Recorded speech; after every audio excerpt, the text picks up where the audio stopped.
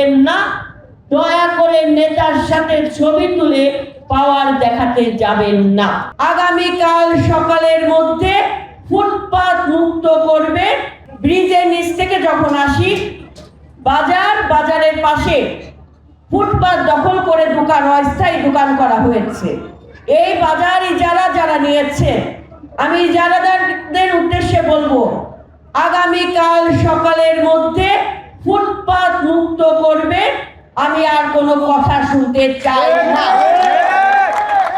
এবং যদি এই সকল অনিয়মের কাজের সাথে কেউ যুক্ত থাকেন, দয়া করে আমাদের স্টেজে সেই সকল নেতৃবৃন্দরা উঠে আমাদের নেতা বাবু গয়েশ্বরচন্দ্র রায়কে কলঙ্কিত করবেন না। আমি আপনাদের উদ্দেশ্যে বলছি, দীর্ঘ 17 বছর সংগ্রাম করেছি, লড়াই করেছি। এই কেরানীগঞ্জ, এই জনপদ আমরা নিরাপদ করব।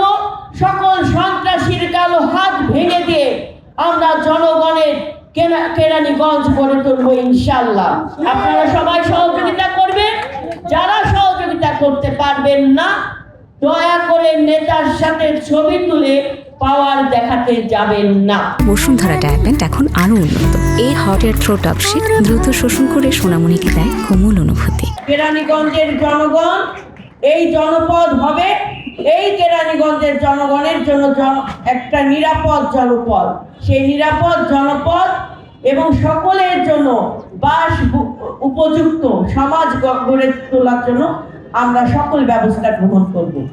এখানে মাদকের বিশাল একটা বিস্তার লাভ করেছে।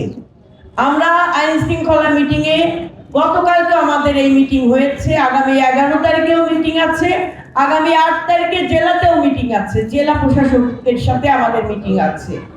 আমরা সর্বোচ্চ ব্যবস্থা গ্রহণের জন্য প্রস্তুত। ইতিমধ্যে আমরা আমাদের অভিযোগের ভিত্তিতে যে সকল মাদক সেবী এবং ডিলারদের নাম এসেছে, সেখানে দল মতের ঊর্ধ্বে দিয়ে প্রত্যেকটি নাম একদম SMS পুরোটাই আমরা প্রশাসনের হাতে তুলে দিয়েছি। প্রশাসন যদি ব্যবস্থা গ্রহণ না করে, তাহলে আমাদেরকে নামতে হবে মাঠে।